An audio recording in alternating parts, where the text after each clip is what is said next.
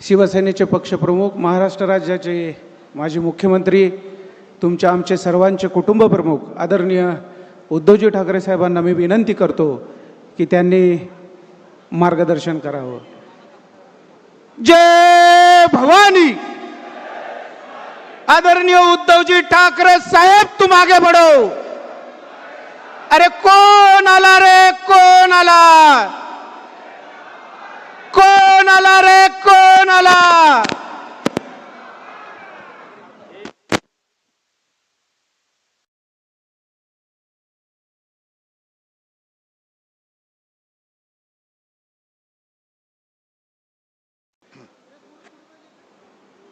थोडं पुढे घ्यायचंय. हां,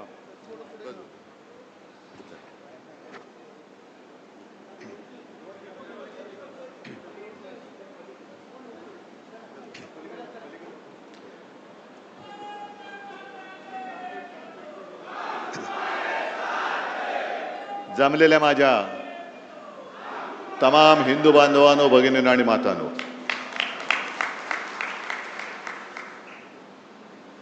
पावसाळ्याची नुकती सुरुवात होते. पावसाळा लांबला होता आणि आपण सगळे ग्रामीण भागातले आहात. अनेक जण इकडे शेतकरी असतील, आहेत का रे? तुम्हाला सगळ्यांना धन्यवाद देतो, कारण तुम्ही तुमची शेतातली कामं सोडून इथे आलात आणि पावसाळ्याची आपण वाटच बघत असतो.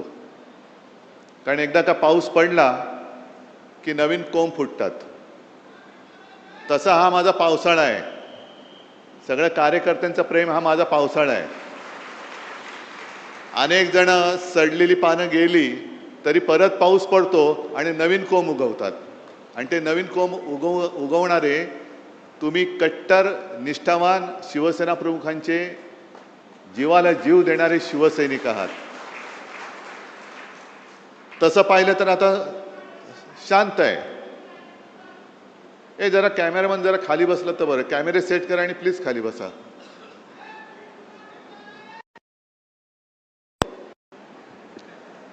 पहिल्या गद्दाराचा समाचार गेला,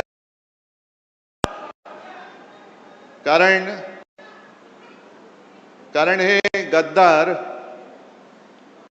काही वेळेला माझी चूक होते आणि म्हणून पहिला प्रथम माझं कर्तव्य आहे की माझ्या सांगण्यावरून जे तुम्हाला मी एक बुजगावणं दिलं होतं त्याला अक्षरशः रक्ताचं पाणी करून समोरून पावसाचा धबधबा पडत होता तरी देखील कशाची तमा न बाळगता तुम्ही निवडून दिलात. त्याच्याबद्दल मी तुमच्या सगळ्यांची तर माफी मागतोच, पण तमाम या यवतमाळ आणि वाशिम लोकसभा मतदारसंघातील मतदारांची माफी मागतो की तुम्ही केवळ आणि केवळ शिवसेना प्रमुखांचा चेहरा आणि माझा शब्द या भरोश्यावरती या गद्दाराला निवडून दिला होतात. पण आपण त्याला मतदान करताना बोटाला काळी शाई लावलीच, पण त्यांनी गद्दारी करून आपल्या विश्वासाला काळं फासलेलं आहे. आणि याचा जाब विचारण्याचा अधिकार तुम्हाला आहे. जाब विचारला पाहिजे. शेवटी गद्दारांच्या कळपात गेला. आता गद्दारांचा कळप म्हणजे काय की 3-4 वर्षापूर्वी गद्दार शिरोमणी जो बसला तिकडे मिंदे, त्यांनी 40 आमदार फोडले. आणि या विदर्भामध्ये जेव्हा बैल पोळा होता तेव्हा त्या बैलांवरती लिहिलं होतं 50 खोके एकदम ओके. आता मला सांगा, तेव्हा आमदाराचा भाव 50 असेल, 50 खोके, तर खासदाराचा किती असेल? म्हणजे हा एक धंदा झालाय. निवडून यायचं. असा शेतकरी, आता तू बोललास ना रे दादा, पीक विमा मिळालेला नाहीये, हमी भाव मिळत नाहीये, पण निवडून यायचं, आपला हमी भाव वाढवायचा आणि विकून टाकायचं सगळं काही. मी मुद्दामून एक क्लिप इकडे ऐकवणार आहे तुम्हाला की शेवटी फसगत कशी होते. एक मिनिट थांबा. हे गद्दार खासदार त्यावेळेला काय बोलले होते, पुढे गेले, थांबा.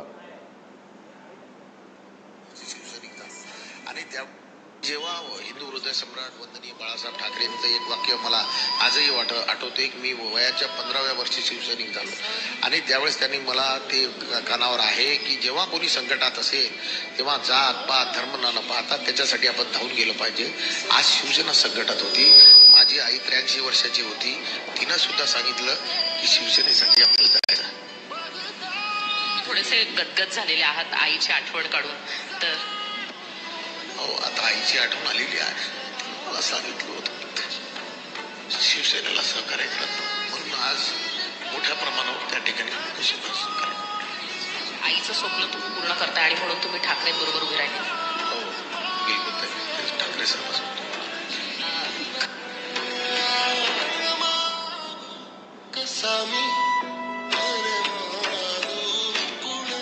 हे ऐकायला आलं का तुम्हाला? आईला काय वाटेल? आईची शपथ घेऊन जर हे गद्दारी करणार असेल तर खरोखर आईला काय वाटत असेल? आणि चूक आपल्या सगळ्यांची झाली, विशेषतः माझी झाली. आईची शपथ घेतल्यानंतर ह्यांनी पूर्वी एकदा आपल्याशी गद्दारी केली होतीच, तरी परत आले. आणि परत आल्यानंतर तुम्ही आता या टेपमध्ये ऐकलं असेल की जेव्हा कोणी संकटात, अरे एवढे शिवसैनिक असताना शिवसेनेवरती संकट येऊच शकत नाही, तुझी काळजी कर, माझी करू नकोस, माझी करू नकोस. आजपर्यंत एकदा झालं ना, शिवसेना संपली, पक्ष चोरला, चिन्ह चोरला, तरी ठाकरे उभा आहे. मग आमदार फोडल्यानंतर शिवसेना संपली होती, तर तुमच्या विरोधात नाकावर टिचून या सर्व तमाम जनतेने 9 खासदार आपल्या हक्काच्या मशालीवरती निवडून आणले होते. ती फोडण्याची वेळ का आली? त्यावेळेला आपल्याला चिडवलं जात होतं, तुमचे 18 खासदार मोदींच्या चेहऱ्यावर निवडून आले, मोदींच्या चेहऱ्यावर निवडून आले. अरे मोदींच्या समोर देशात लाट असताना माझ्या या शिवरायाच्या महाराष्ट्राने मोदींच्या भाजपला आडवा करून त्यांच्या छाताडावरती हक्काचे शिवसेनेचे आणि महाविकास आघाडीचे 31 खासदार बसवले होते. कुठे गेली ती मोदींची लाट? आणि विकास निधी जे काय बोंबलतायत, एकूण 2 वर्षामध्ये लोकसभेमध्ये हे किती वेळा हजर होते? काय आंदोलन म्हणून काय केली त्यांनी? जे आंदोलन आपण केली, शेतकऱ्याला कर्जमुक्त, मी काय उपकार नाही केले, पण एक अनपेक्षितपणाने मुख्यमंत्री पदाची जबाबदारी मला स्वीकारावी लागली. कोणीही मागितली नव्हती, पण मी माझं कर्तव्य मानलं की आपला हा अन्नदाता आहे. सगळेजण म्हणतात मी शेतकऱ्याचा मुलगा आहे, मी शेतकऱ्याचा मुलगा आहे. अरे मग मुलगा असशील तर शेतकऱ्याच्या मुलाच्या निष्ठेला जाग न, तू का शेतकऱ्याची गद्दारी करतोयस? पण कोणी न मागता मी माझं कर्तव्य म्हणून जे काय करता येणं शक्य होतं, 2 लाखापर्यंतची पीक कर्जाची जी काय रक्कम होती ती त्यातनं मी मुक्त केलं होतं. शेतकऱ्याला मिळाली होती की नव्हती एवढं मला सांगा. काय त्रास झाला होता? नाव काय, अमुक काय, तमुक काय, हे काय, जन्म कधी झाला, जन्म झाला की नाही झाला? अरे समोर उभा आहे तरी विचारतो जन्म झाला की नाही झाला? यांची फसवणूक करण्याची जी काय वृत्ती आहे ही सगळी गद्दार वृत्ती आहे. म्हणजे आता मी मध्यंतरी वाचलं, तुम्ही पण वाचलं असाल, आता आपल्याकडे ते SIR सुरू होत आहे. रेशन कार्ड, आधार कार्ड, पॅन कार्ड, आता पासपोर्ट, हे तुमचं भारतीय नागरिकत्वाचा दाखला धरला जाणार नाही. मग काय करणार? भाजपचं सदस्यत्व एवढंच तुम्ही धरणार? आम्ही नाही आहोत भाजपचं सदस्य, कारण हा भारतीय जनता पक्ष नाहीच आहे. असाच जर का वागला तर हा पाकिस्तान जनता पक्ष होतोय की काय, अशी आम्हाला तर चिंता वाटायला लागलेली आहे. कारण यांनी गद्दारी जी केलेली आहे, गद्दारी तुमच्या आमच्याशी केलीच. गद्दारी स्वतःच्या आईबरोबर केले, गद्दारी शिवसेनेबरोबर केले, गद्दारी तुमच्याबरोबर केले. आणि एवढंच नव्हे तर जो उल्लेख आता संजय राऊत यांनी केला, राम मंदिराच्या दानपेटीतले पैसे चोरले जात आहेत, चांदीच्या विटा चोरल्या गेल्या आहेत. शिवसेनेने देणगी दिली होती, तिचं काय झालं माहिती नाही. चांदीच्या विटा दिल्या होत्या, त्याचं काय झालं माहिती नाही. शिलापूजन, स्वतः शिवसेना प्रमुख गावोगावी फिरले होते, यवतमाळमध्ये सुद्धा आले होते. तिकडे सगळीकडे पूर्ण महाराष्ट्र शिवसेना प्रमुखांनी पिंजून काढला होता. राम मंदिर वही बनाएंगे, काय एक वातावरण झालं होतं. आणि तमाम हिंदूंना यांनी सगळ्यांनी साथ घातली होती. हिंदूंच्या भावनेशी गद्दारी करणारे हे भारतीय जनता पक्ष आहे. आज हा हिंदुत्वाचा अपमान आहे. ही गद्दारी शिवसेनेशी नाही, गद्दारी हिंदुत्वाशी केलेली आहे, गद्दारी या देशातल्या हिंदूंशी केलेली आहे. जाब फक्त या गद्दाराला विचारून नाही चालणार, जाब भारतीय जनता पक्षाला विचारावं लागेल.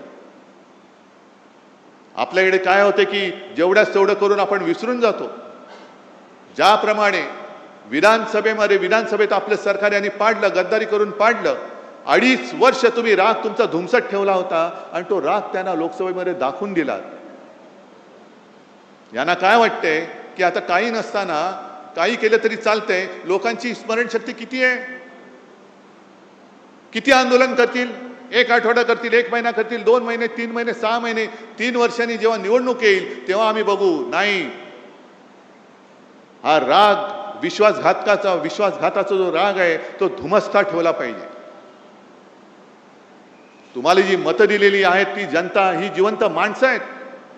त्यांच्या न्याय हक्कासाठी म्हणून तुम्हाला मतदार तिकडे त्यांनी खासदार बनवून पाठवलं होतं. आणि विकास निधी कोणाला लागतोय?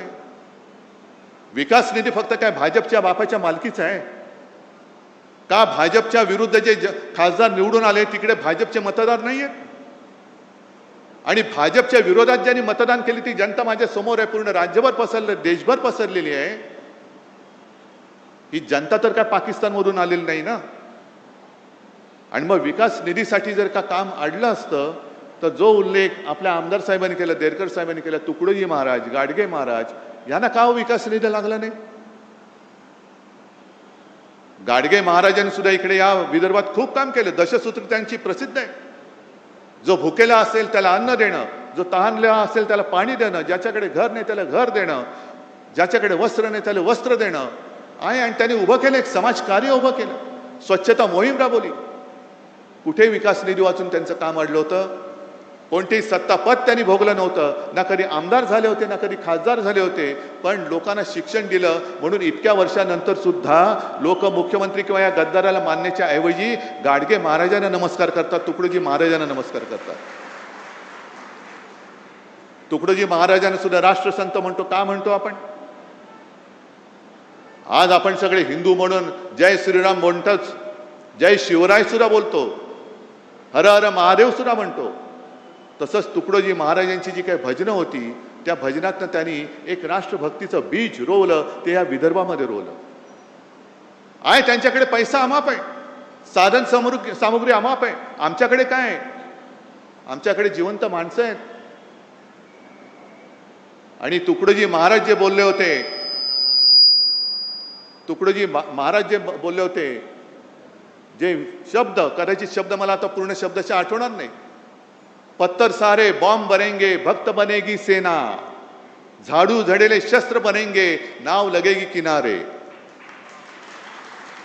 काय नाही तर आहेत ना, दगड आहेत ते बॉम्ब बनतील. सगळी माझी भक्तांची सेना आहे, ते सैन्य होईल.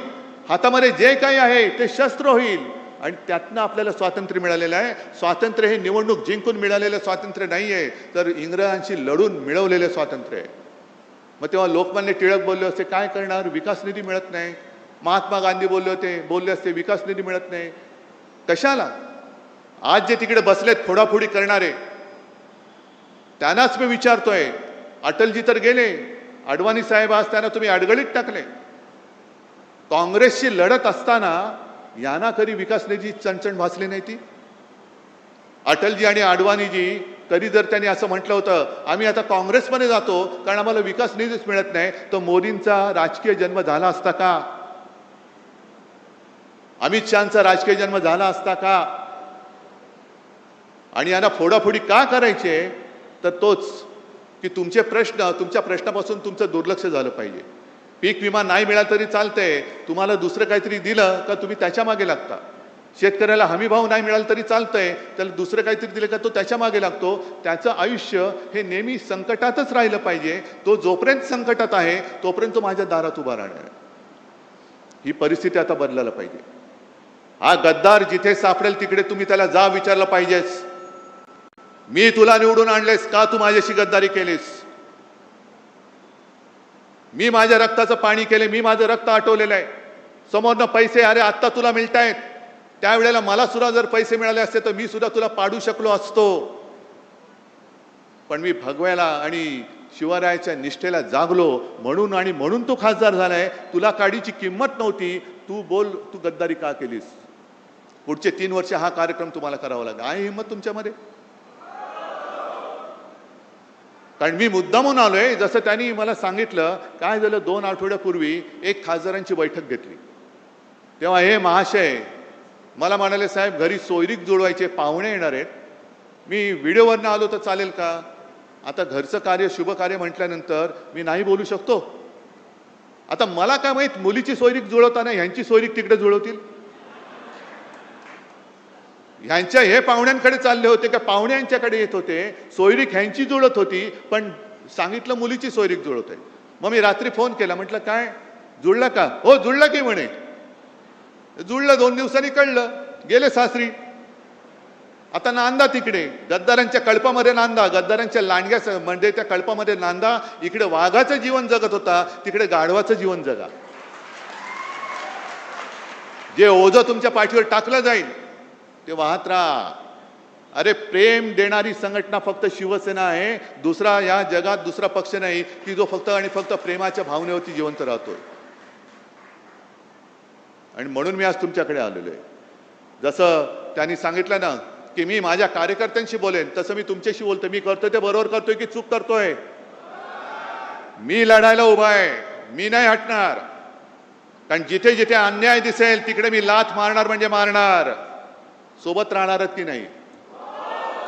जे खरं हिंदुत्व आहे, हे खरं हिंदुत्व हे माणुसकी शिकवणार आहे. मंदिर लुटणारं हिंदुत्व आमचं हिंदुत्व आम्ही ते तुमचं हिंदुत्व मानू शकत नाही. आणि राम मंदिराचा सुद्धा प्रश्न हा पूर्ण देशामध्ये खरा म्हणजे हिंदूंना जागृती आली पाहिजे.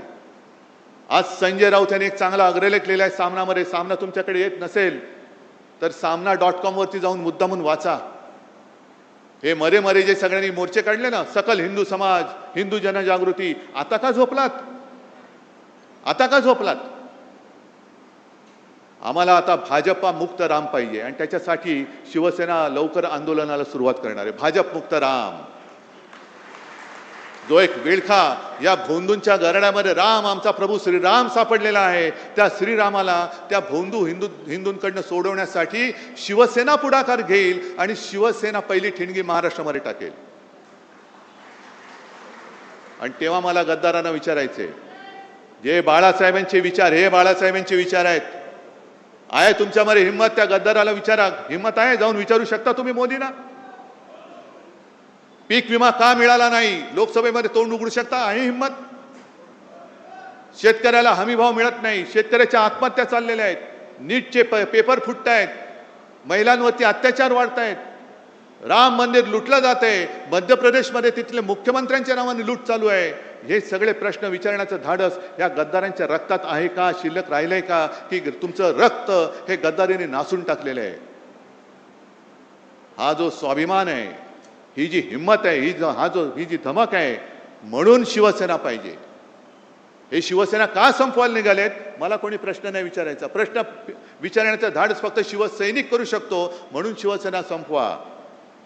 नाही संपू शकत. जोपर्यंत प्रश्न संपत नाहीत, जोपर्यंत हा हृदयामध्ये आग लागलेला शिवसैनिक संपू शकत नाही, तोपर्यंत ठाकरे आणि शिवसेना कोणी संपू शकणार नाही.